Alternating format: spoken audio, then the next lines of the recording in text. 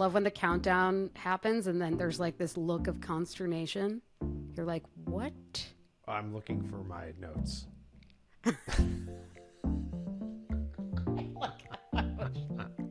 I was giving you shade and you're like, I'm trying to be prepared. I'm just trying to be prepared. All right, ready? Yeah. Sorry. Don't say sorry. Sorry, not sorry. There's no sorry in podcasting. Hello and welcome to Talking Too Loud with Chris Savage. I am your host, Chris Savage. I am joined by the one, the only, the podcast producer extraordinaire, Sylvie Lubau. Sylvie, we're here with another great episode. Let's do it. Another great one. Jay Acunzo. Jay Acunzo. We can do that because he said we could. He said we could.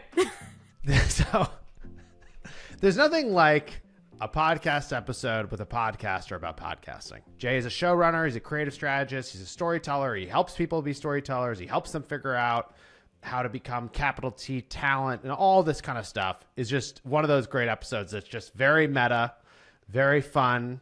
And I think you're going to learn a lot. It's a masterclass in storytelling, really. It is. There you go. There you go. We're going to use those words. It's an actual masterclass, everybody. But up first, we're here. We're back. We're in the studio. What's got you talking too loud, Sylvie? The other night, saw another baseball game. We're not talking too loud about baseball. We already know. Seeing a live baseball game, amazing, unparalleled.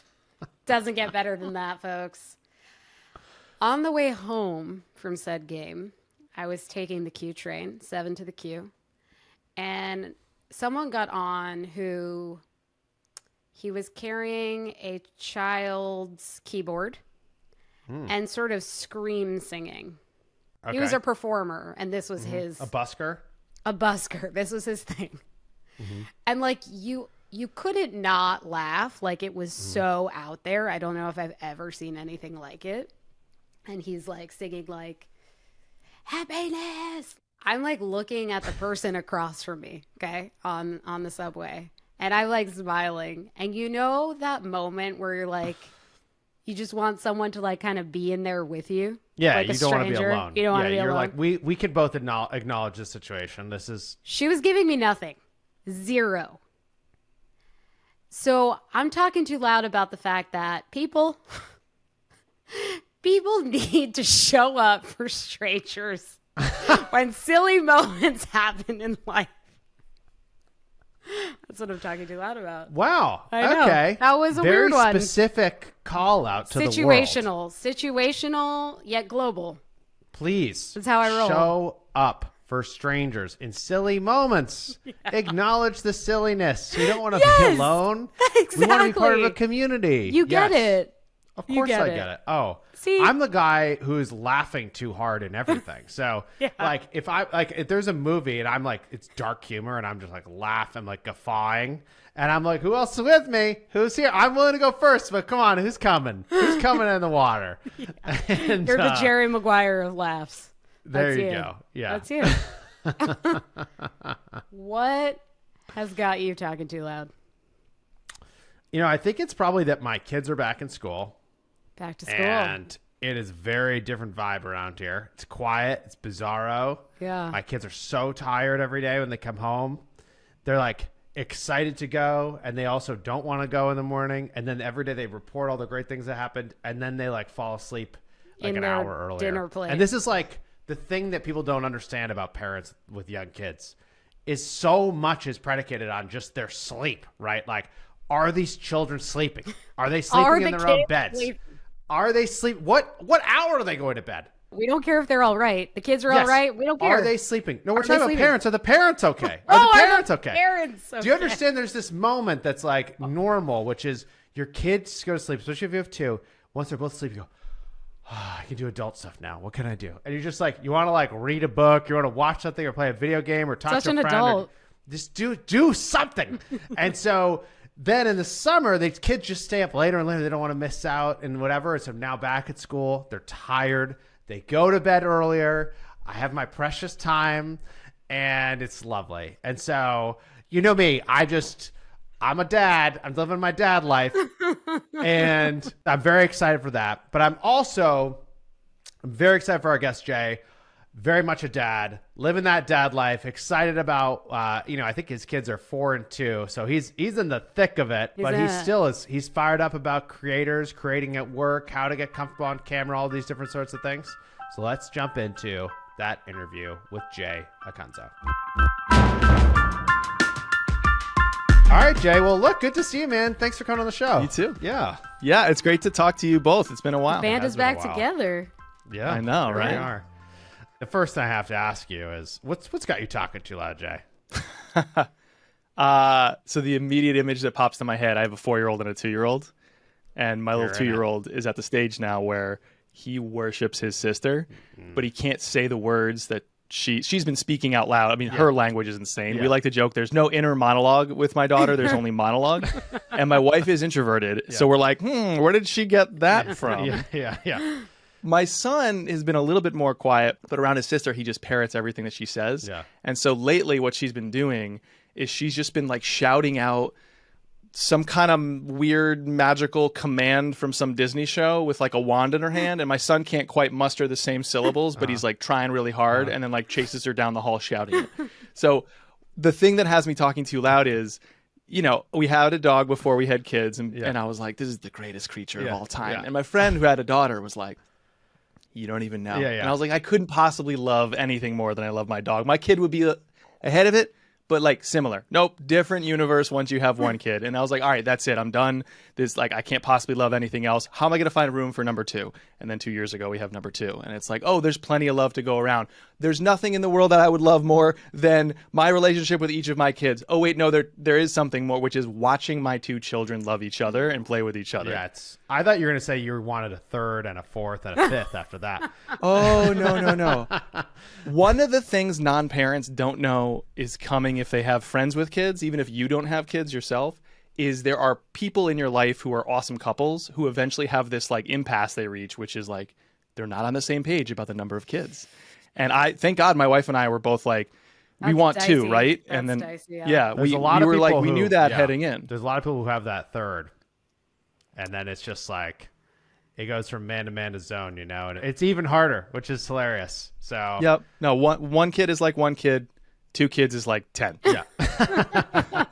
Well, you're in the thick of it, man. 4 and 2. I appreciate 4 and 2. I appreciate you even being able to get on this right now. And, it's very challenging. Are you kidding me? This device is the only place I feel alive, Chris. Well, sorry. This is getting too real too fast. Okay. So what has you, I know a lot's been going on in your career and like in your community and everything, but what has you fired up at work right now? Like what's got you really pumped at work? Yeah, I think it's the resurgence of this need to understand like the hidden craft behind the created work, like the stuff that comes from the individual that is not some checklist, like the stuff that requires you to trust yourself more than a blueprint. There's just this, it's always been important to think like that, but now it's urgent because if it's just following a checklist, we have tools now that can just do it, right? So I like to say I'm trying to help experts, people who have done a really hard thing, they have expertise. I'm trying to help them step into the spotlight. I want to see them create more valuable work, more original work, higher impact things, like get off the content hamster wheel, do things that could only come from them.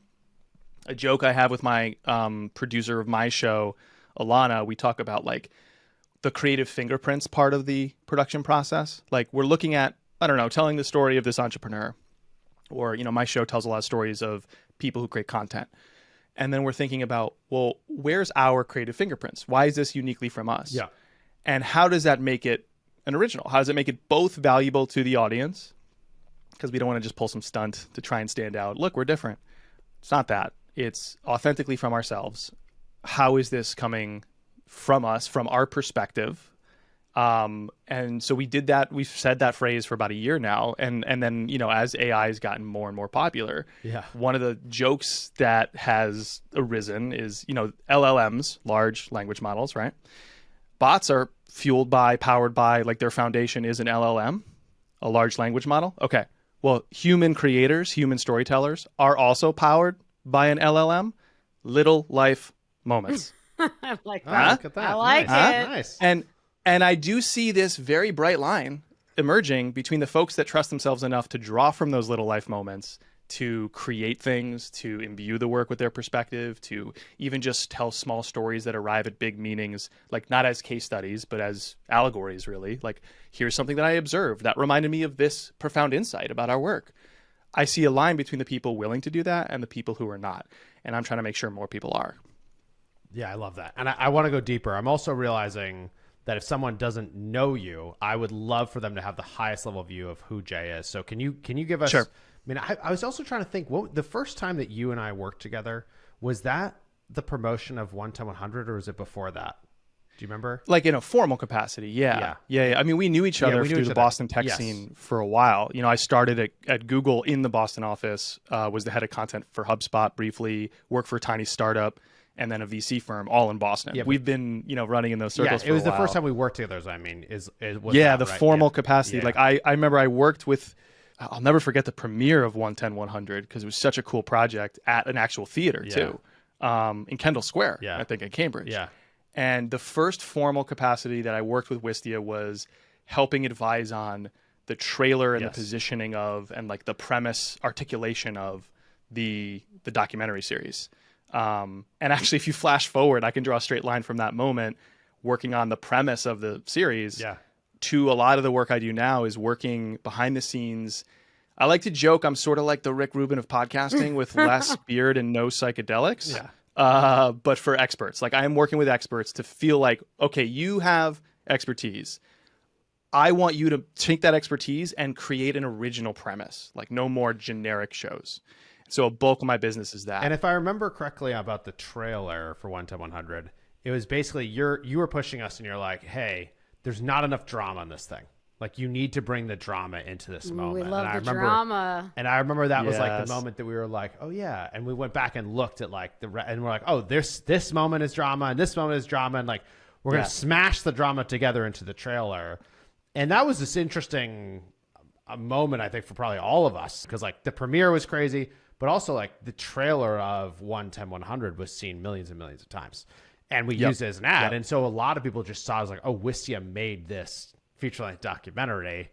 And so that was like this, it was all these layers of the onion. So it was like a cool thing to think about. And like, today, even talking about little life moments, like I want to get there on advising people about both like, how do you start if you're an expert and you've never done this? Like you've never been on camera or you've never written your thoughts like publicly, but you are an expert. Yeah. And then how do you get comfortable to actually share those little life moments? Yes. And I'd like to help people do it more quickly than I did it because until very recently, my advice was like, or if people were so kind as to care what I did before and ask me like, how did you get there? I would just be like, I made a ton of stuff that nobody cared about. And, I still think that matters. I still think, I agree. Having a creative practice matters. And I think whether you call it the creator economy or not, that's kind of swallowed up the idea of a practice. And part of that's basically failure and obscurity, right? Like if you're making stuff constantly, not everything can hit. And like people, not everything will hit. No. You're going to make some duds. Yes. And it's a very weird thing to produce something and you send it out into the world and it gets seen by 50,000 people. And then the next day you produce something, you put it out to the world and it gets seen by like 300. And you're like, right, what just happened? Like, I thought I write things that 50,000 people read, but today I wrote a thing that 300 people read. I'm like, I'm not even sure this is worth the time. And like, is this embarrassing? Is this bad? But that's the normal thing for most of us, right? Yes. It's like, right. You're going to have a lot of 300s in there. Totally. And that you have to get used to it. Yep. So I have 3 lines of business: keynote speaking, developing shows for clients, and then I run a mastermind group called the Creator Kitchen, which is for business storytellers. And it all kind of stacks neatly on top of each other, skyscraper model style. But for many years, I was very much like a strip mall. I was just like, I'm doing this project and this project and this project. And that was me taking the creative practice mentality and just applying it like without thinking to my actual business. But I think like actually having a line between the two is useful. Like I was, since 2005, which is wild to say out loud on a microphone, I've been writing on the internet. And like I don't know what the average view count is for those articles, but literally, if you put a gun to my head and you were like, guess right now, I would say 57. Yeah. 57 views per, and because it was only for me. It was to show up on a deadline, figure out who I am, figure out what I had to say, and just have periodic moments where I was like, oh, that was pretty good. Yeah. And I just had to appreciate it myself because I knew I wasn't getting acclaim or I wasn't getting audience or anything like that. So like the practice is what I call that. And I think we've lost sight of the need to practice, which is insane. But it makes sense when you look at like the optics of social and the heat around the creator economy. It's like everything you do must be monetized. Everything you do must be like the quote unquote the game. And I think that's actually doing yourself a disservice. I love that. And can you go into, so working with clients, helping people get comfortable to share those moments, how do you get someone to that place? I had a conversation. This is emblematic of this. I think this is a really good story because it happened yesterday. So I've been working with this woman who she used to work for like Apple and YouTube, and now she works for Flipboard, which some people in tech might know. And she has a visible job. She's front facing in marketing. Yeah. She creates a lot of content for the company. But we started working together to try and get her own name out there and carry the banner of the brand. But that's, you and I agree, Chris, is where the world is heading. Yes. It's about the individual. It's about the person and the people, not the logo. And so we were starting that process together behind the scenes. And literally yesterday, it marked a year of us starting to work together in a behind the scenes capacity. And she was saying, she hosts a podcast about the art of curation. That's the name of the show, from Mia Quagliarello, The Art of Curation. Incredible show. Important topic. The role of human taste in curation. But she said the last guest she had asked her a question that she felt nervous to try and answer. And she showed up in our coaching call to try and figure out the right answer. And we took it in a completely different direction. So here's what happened. The guest said, well, okay, so how would you define curation, Mia? I mean, like you host The Art of Curation. And she doesn't have like a pithy definition right now. And her response to that, and knowing that in the moment, was to try and invent one. And I listened back to the clip and it's like, she gets close, but it's not quite there. And in our coaching call, she's like, can we come up with it so the next time I'm ready? And I was like, well, actually, let's just listen to that moment again. Because here's what you should have done, which is essentially be more you, which is you should have said in the moment, all right, well, that's a great question, Chris. And to be honest, I actually don't have a really great answer. I'm going to try my hand at it in a second, but maybe then after you hear my definition, you can share yours, Chris. Then let's talk about like, why is it so hard to define this? I was telling Mia, that is truer. That is more you. Yeah. It is your truth. People use that word without really knowing what it means. And I think that's what's going to cause an audience to really want to go with you on the journey, much more so than like it sounds nice or you trip over it because you're trying to have the quote correct answer. So that's where it begins, is the first thing we got to do as storytellers is be more honest with ourselves. Doing snaps or feeling that story. Yeah. I love that. And I think it's hard to do. And it's for me, I mean, you've known me a long time. I've been in a lot of videos, done a lot of stuff. Yeah. It's been this show that has removed for me the extra layers of like protection of what I'm going to say, because it's like, it's just too tiring to keep it up. So at some point it's like, yes, I'm talking about the silly things in my life. Like my basement got massively flooded and I'm really excited about some show, all these like different things. And like, I remember thinking, should I share this? Is this bad? Like, is this, but the truth is that it is me. It is. And then it's really hard, I think, to root for somebody if everything's great. Yeah. Like I think it's an underdog. You need the actual thing is like you're doing something really great and then something doesn't work. One of the advantages of at least bringing people is like, yeah, this thing sucked. I was like, oh, okay. Or like parenting, it's the greatest thing ever and it's like devastatingly hard.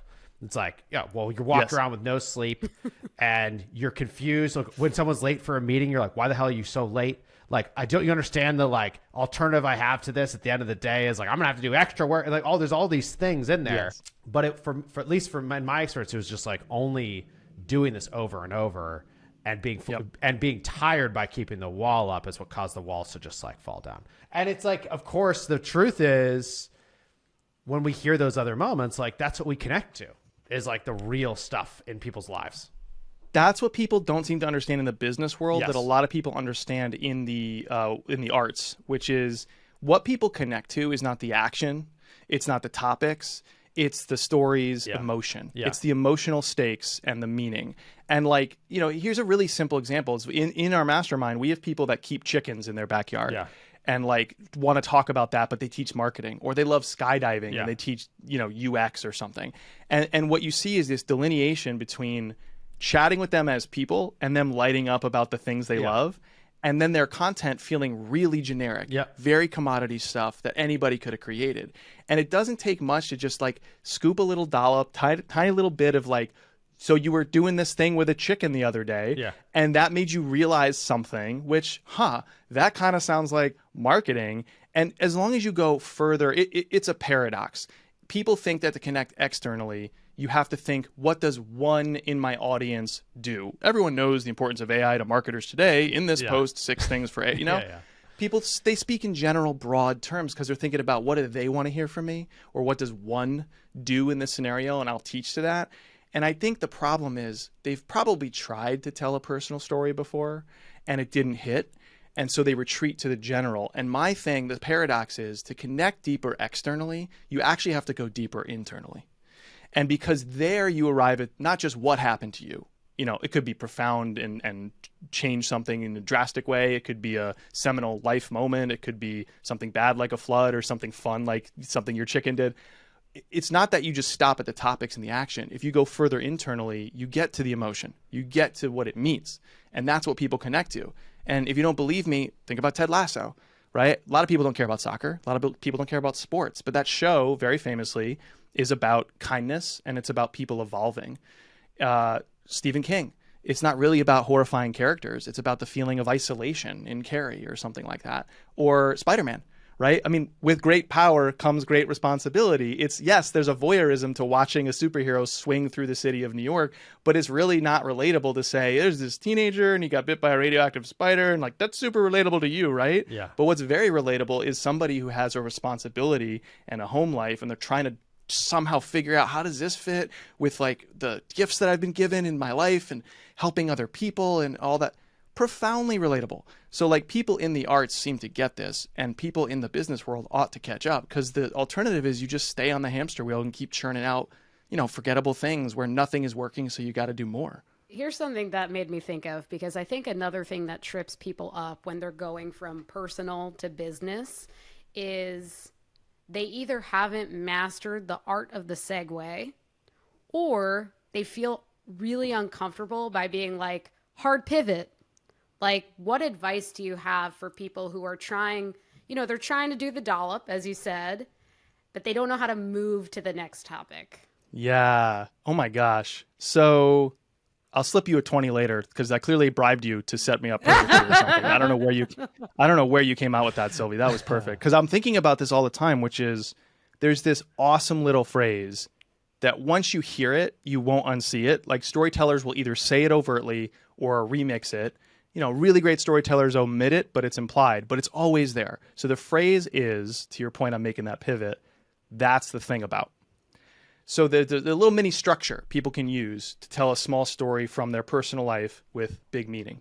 And by the way, I keep saying personal. I don't mean you're like vulnerable. It's not like you're airing your laundry. It could be something that just you observe walking the dog, right? Specific in your life. Yes. Yeah. A little lived moment. So that's the thing about comes out like this. The first step of the story is, this happened, which made me realize. That's piece 2. And that is less about the action. It's more about like, what did the action make you feel or think? That is starting to sound much like what you teach as an expert. And then you arrive at this moment where you go, well, that's the thing about this thing I'm teaching you, plus this insight I'm revealing to you. So here's an example of how it goes down. So I'll give you a really simple one. If time allows, there's one from Ira Glass, which is just chef's kiss, which we can talk about too. But the one that I like to use. So I'm Italian. If anyone is seeing video of this, they're like, yeah, no shit. Because like, gel in the hair, hands, like inescapably Italian. Inescapably. You have to keep that gel there just for that line. Yeah. Oh yeah. Just for the line. Yeah. Just for the bit. Everything's a bit, Chris. So I have an espresso maker in my home, and it's like a pretty nice one. It's espresso. Yeah, go all the way, you know? It's espresso. Yeah, it's not Jay Acunzo. It's Jay Acunzo. There you go. But you got to do the hand. Yeah. Yes. Right. Yeah. How do you learn to speak Italian? Just do this with your hand and then speak. All right. Anyways, So I have this espresso machine, right? So let's use this phrase, like that's the thing about, and talk about what is ultimately a big nothing burger in life, which is like a guy making coffee, right? Because it's not profound, it's not newsworthy, but something happened with the espresso that is noteworthy to me, let's say. So for years as an Italian, I felt embarrassed to have this machine in my home because I would ask my wife to make the espresso for me. She's not Italian. And I would be like afraid of making it myself. Like I'd never made one. She had a beautiful one that she added to our home when we got married. I'm excited about that. I love drinking it. I was afraid to make espresso. Chris, it's insane. Yes. And so if you fast forward to today, however, I make it almost every day. So what changed? I tried making it once. All right, let's break there. So all I did was say, this happened. Right. And as you do it more and more, you get good with the details, and hopefully that's somewhat entertaining. And there's like a question on your mind that you want me to keep talking. That's not a teachable moment. That's not relevant to the work that I want to share with the world or my audience or something like that. It's just, this happened. Tiny little moment, nothing profound. Which made me realize, okay, so now I made it once, that one time. And that made me realize, oh, I actually was not afraid of making espresso this whole time for years. I thought I was afraid of espresso and making espresso or the machine. I was actually just afraid of something unknown. Because once you make it, you're like, this isn't that hard. And even when you mess it up, you're like, that wasn't that big a deal. Or even if you mess it up and you're like, I don't know how to fix this, then you Google that very specific question instead of like taking the course on how to make amazing artisanal espresso and following 6 espresso influencers, you know, as we do. Yeah. So that made me realize this simple idea that popped to mind. Oh, right. I wasn't afraid of the thing. I was afraid of the unknown. Well, that's the thing about trying new things. What we think we're afraid of is the task itself, when really we're afraid of the unknown. So if we want to try something new, rather than do what we normally do, which is go through endless research and follow endless people or outsource it or not do it, we should move faster to try the thing once. Because if we're really afraid of the unknown instead of the task, move quickly to make the unknown known. Right. So now I'm getting to that pivot point with the phrase, that's the thing about. And it contains like 2 beautiful elements, just to use that phrase, or even if you don't say it out loud, remember it. That's the thing about. So now you move from the world of you to the world of us, me and the audience together. I'm trying to teach you something. That's a forcing function. And then it also forces you to arrive at an insight, something insightful, which is much more valuable to the audience than just something informational. That's pulled from your personal perspective, right? Because like you're on the hook now for coming up, well, what's the thing about? And like the best part of all this is you can tell a story about literally anything and then use that little hinge, that little pivot point, right? Like I think about like the espresso thing is nothing. The Matrix, right? Like it's not a literal story. Like what the Matrix wasn't saying was, well, that's the thing about society. Robots are going to imprison humans and use us all as batteries. No, that's not what the thing about the Matrix was. They were using it as an allegory. That's the thing about society. What we think is reality is just a collection of systems that people in power put in place to keep us compliant and to keep them in power, right? So that's a really big macro level example, or you can use a really, I feel really like small I just thing that took the happened red to you. pill. The red pill or the blue pill? Which one did he take? I don't know. Do you know Kung Fu also? Oh, yeah. I know Kung Fu. Yes. I love those examples. Masterclass. And it is interesting because it's like this is the always thing I struggle with, is that gap between our own experience day to day and then what people think they should do at work. Yeah. Where it's like, what content are you consuming? Which podcast do you like? Like, do you like these comedy podcasts? Do you like these entrepreneurial podcasts? What's the thing? And then like you're spending all your time, you know, really being entertained in your free time. You're being entertained in different ways, reading things, watching things, listening to things. And then you get to work and you're like, I don't think my audience is, especially B2B, is like, they're buttoned up. So they're B2B is basically, you know, formal wear. Like they're not gonna have fun. They're not gonna care. Like they don't want a story. They just want the hard facts. When of course the truth is we're programmed basically to just connect with stories and people. Yeah.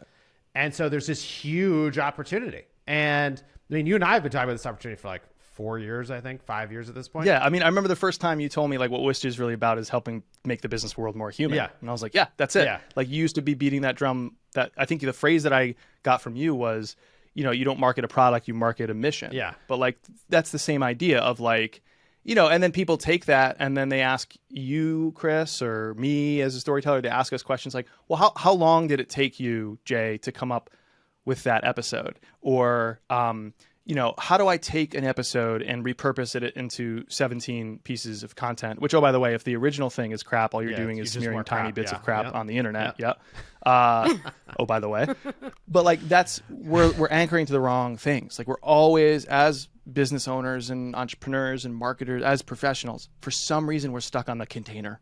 We're stuck on like the thing that contains the currency that you have to you pay to like to access it. It's like. Yes. The tweet. Yeah. It's, how do you write a great tweet in 140 characters? Like, well, tell a great story, do interesting things, have a unique perspective, like all the stuff. Yeah. I want to get to this other thing, which is, so if you have a B2C product today, it could be anything. Like I just bought this, like these additional things for my home gym. I bought the different grips you can put on a pull-up bar. So it's like other angles, right? Super specific thing. I have a home gym. I love to invest in it. I love to work out in my home gym. I love to buy stuff from home gym. I follow influencers that are like, there's like the bodybuilder people, and there's like the extreme, like smallest space home gym people, whatever. And like, if you want to get to me as that customer, you go to those folks and you talk to them. And if you have a good product, you sponsor them. Suddenly I'm seeing this stuff. But in B2B, it's actually hard. Like, show me the B2B influencers. Like, where are they? Because like this is obviously the future of how people connect and understand brands and needs and products. I'm not going to say B2B, like on the enterprise side, maybe it's different, but I still think there's human beings like making decisions and like brand matters, but especially SMB, this matters. So my question is, how should someone who is running a B2B business think about this? How should they think about where the market's at? How should they think about the opportunities that exist today? I'll give you the punchline, then we can talk about the setup and all that good stuff. I think the punchline is, we as marketers, now you can define that as, I have a marketing team with titles and looks like marketing and there's an org chart in marketing, or you can just say, well, I'm the owner of the business, I do the marketing, right? And everything in between. If you're showing up in the world, a lot of marketers think it's about creating content. The most important thing to think about is, how do I create connection? Now that sounds trite, but there's actually craft on both sides, right? There's craft to creating content. There's craft to creating connection. And if you start with this craft to creating content, you mostly think about reach. You mostly think about, how do I put more things out in the world and get them in front of more people, which I just disagree. That's not what marketing is. Marketing is not about getting in front of people. It's about ensuring they care. And that brings us back to the connection side. If you start with the craft of connection, you necessarily think more about resonance. So the punchline to all of this is, I think we are drowning in advice and spending way more time than we ought to be thinking about trying to grow reach. And most of the time we don't have reach problems, we have resonance problems. And because if people don't care, they don't act. And if they don't act, we don't see results, right? So like, whether you're a cold, hard capitalist, or you're like me and you're like a bleeding heart creative that wants to wax eloquent about the creative process all the time, both types of people and everyone in between should care about resonance, because that's why people take an action. So that's the punchline to all of this. Most marketing looks like reach. The best marketing today is actually about resonance. And then when you look at that opportunity for the way that people are buying and the way that there is connection is happening. So exactly to your point, like, if we'll keep it on the same example, I buy these like things for my home gym because I'm really compelled that like I'm going to get injured less. I'm going to like make more progress faster. The person saying it really trusts, like I'm connecting with the person already and I'm trusting them and I'm connecting to the thing. What do you do to drive that connection when you don't have the, garage gym influencers? The budget, right? Yeah. You're buying your way into somebody else's. Yeah. Or you're buying your way to somebody else's, or you want to create your own. Like, how should people think about that? Right. Well, I think you just hinted at it. I think that's what happens is marketers learn to stop creating content and actually themselves create creators. Like organizations in B2B either hire, partner with, or internally start to create and cultivate talent with a capital T. Because this blows my mind, Chris. Like in media, I started as a sports journalist, was a huge fan of Grantland, the prestige magazine at ESPN before they shuttered it. A lot of those people became founding members of TheRinger.com, which still persists today. It's now owned by Spotify.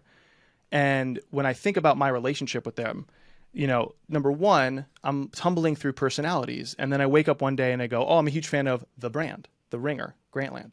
And number two, when they internally say, talent, they're not using that as a compliment, like you're talented.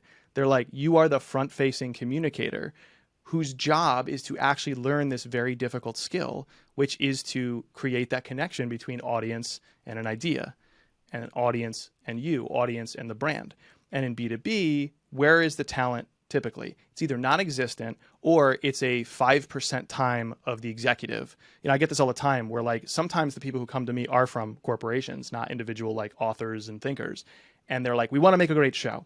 And we already have the host picked out. I'm like, great, who's the host? And I'm like, before you say anything, it's your boss, isn't it? Oh yeah, it's my boss. Yeah. Okay, so here's what it takes to be really great as a host. Is your boss going to learn how to do this? Do I have a direct line to your boss to teach them how to show up and be a good interviewer? Because all the stuff you see that's effortless out there is hard won by these people that were either behind the scenes away from the show working at it or on the show. They've been doing it a while, right? So it blows my mind that here you have the most powerful voices in the world, these entertainers and educators in all domains, including the business world, who are professional capital T talent.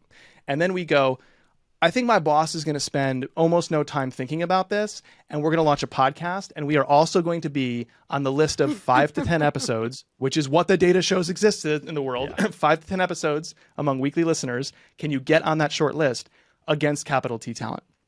So I think the solution to that, and this is why I think content marketing teams are in trouble today, is to actually cultivate talent, is to actually have dedicated roles, whether it's a big percent or 100%, where people look like public performers, public storytellers, public teachers, not, well, I also run 16 marketing channels and I'm public talent. And if you're wondering where the hell do I find the time or budget, you're probably doing a whole lot of stuff that's not working.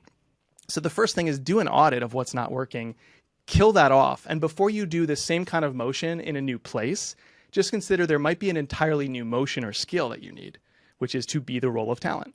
I love that answer. And I think it got to the challenge and the opportunity that exists, because if you were to do a big influencer strategy, there's not that many people, not that much talent with a capital T out there.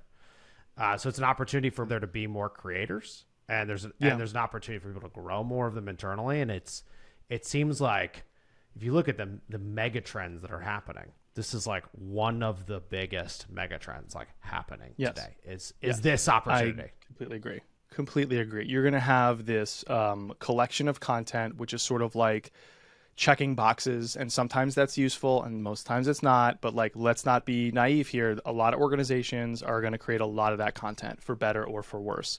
And we can debate the merits, but it's going to keep happening. And that stuff is going to be a person creating more with a tool, right? It's going to be the expected stuff.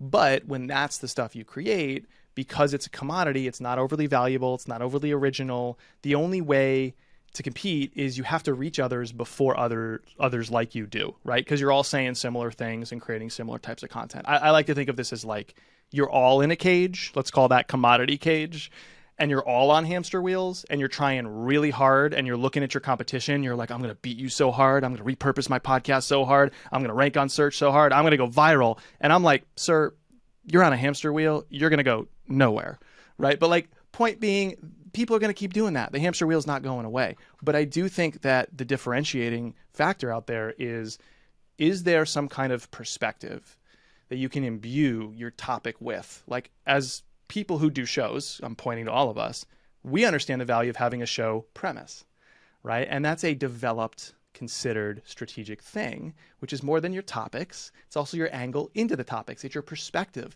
on the topics. And that gives people a reason why they should care.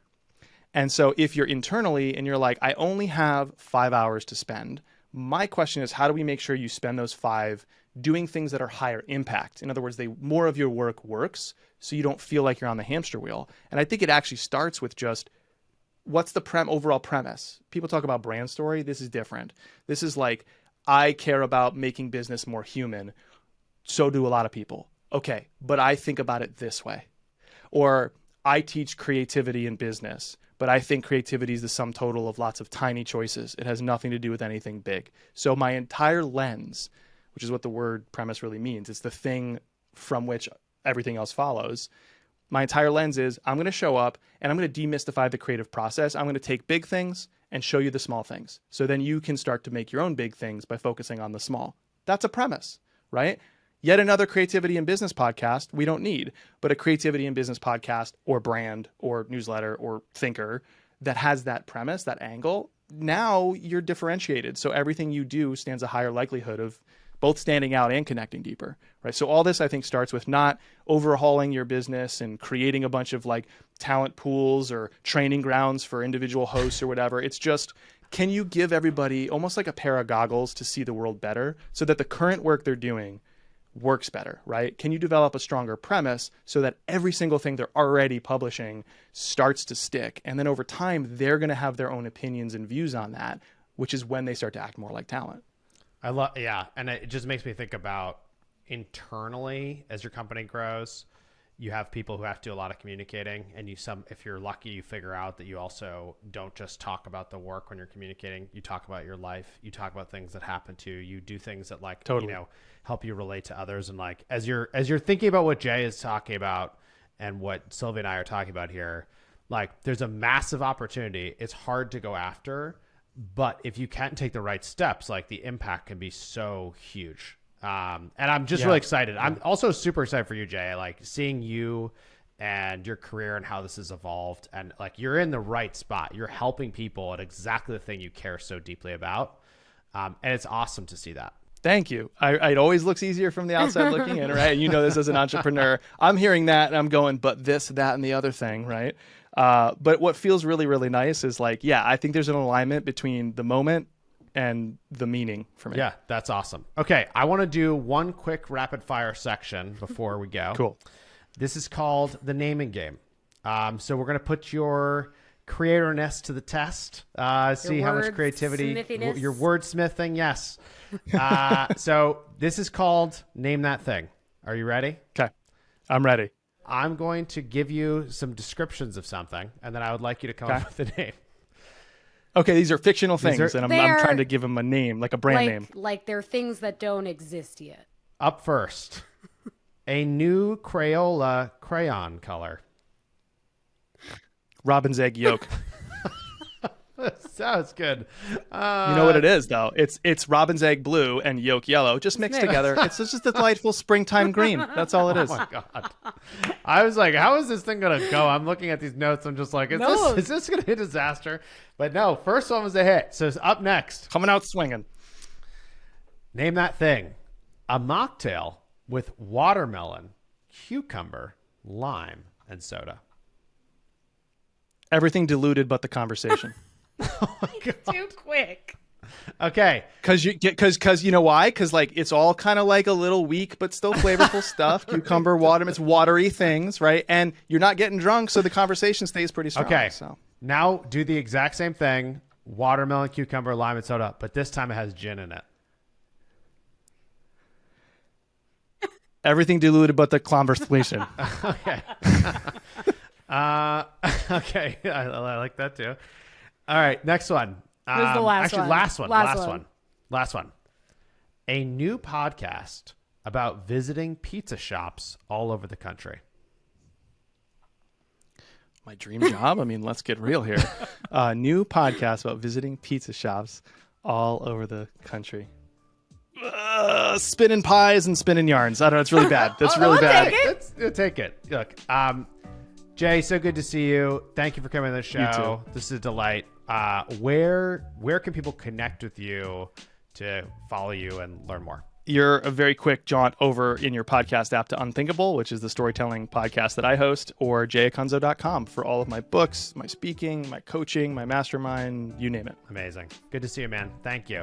You too. A lot of energy in that one. We were laughing. You were just I was snapping. I did. Like, yes. I gave him snaps. He's a very good storyteller. Jay is also a very good storytelling teacher. And those things don't always go hand in hand. You could be a great storyteller and a shit teacher. You could be a great teacher and a shit storyteller. But he's got the 1-2 punch. 1-2. And the boxing. I know. I'm all over the place. Yeah. Oh, let's hit that bag. Let's tell a great story. No, but I think it's like, it's funny because he's been talking about this and working and helping folks with like resonance over reach and like how to build great content and how to pull the drama out and connect it with a person as opposed to just a business. There's a lot of stuff in here. Yeah. And I think it is one of the things I think that was very interesting about this episode is he is talking about the hardest part of this, which is like, you want to do it, you believe in it. How do you actually grow the talent? And it takes reps and sets. It's a lot of work. And it also takes this ability to share more of your unique self. Where if this was like, if you're making something and it's not for business customers, it's just pure joy and entertainment, that's where you would start. It's the fact that it is, a lot of people that I talk to are trying to figure out how to do this at work. And that's what they struggle so much. It's like, no, we're all still, this is why if you start a meeting and the first thing you say is like, hey, anyone have like an exciting weekend? And then people tell you stuff and you feel this like warm, fuzzy feeling of like, oh, look, we're all doing these great things. Or this really sad thing happened in someone's life, or this really poignant thing, whatever. You see the other side of a person. It's easier to relate. It's easier to build trust. It's easier to have a stronger relationship. Of course, that's the same with this content, but that doesn't look like listicles. That's not 20 things that I just learned. It's not that. It's a different thing. Yeah. I mean, I think what's funny, and maybe the reason I was snapping so much and laughing, is that like, I don't know any other way than that. Like, that is how I exist in this world. Like, I'm like, oh, I spilled something, or like, or like, I did this crazy thing this weekend. So like, it's interesting to me that doesn't come naturally to people.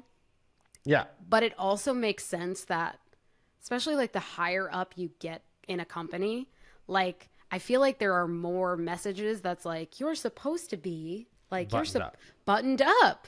You're supposed to be buttoned up. And he's you're supposed to reduce risk. Yeah. So that's what ends up, that's what everybody thinks, is they think that sharing parts of their personal life or opinions is increasing risk. And so they don't do it. Or not knowing the answer to a question is increased risk. And it's actually like, it's increased humanity. Put that in your pipe and smoke it. Why not? Also, it's a problem when you say that, and the first thought I had was like, oh, we don't have any sponsors for pipes. But if we did, there are a lot on these like comedy podcasts I listen to, and so like it's like a few popped to mind. Yeah, you said that. It's like you're like, where are the pipe people when we need them? Anyhow, that is the episode with Jay. Thank you so much for being here with us. If you want to connect, you can find us on LinkedIn. You can find us on x.com. You can find us on every podcasting app under the sun. You can find us on YouTube. We have a new channel on YouTube, Talking to It on YouTube. Go check us out there. And please don't forget to rate and review the show. And we'll see you next time.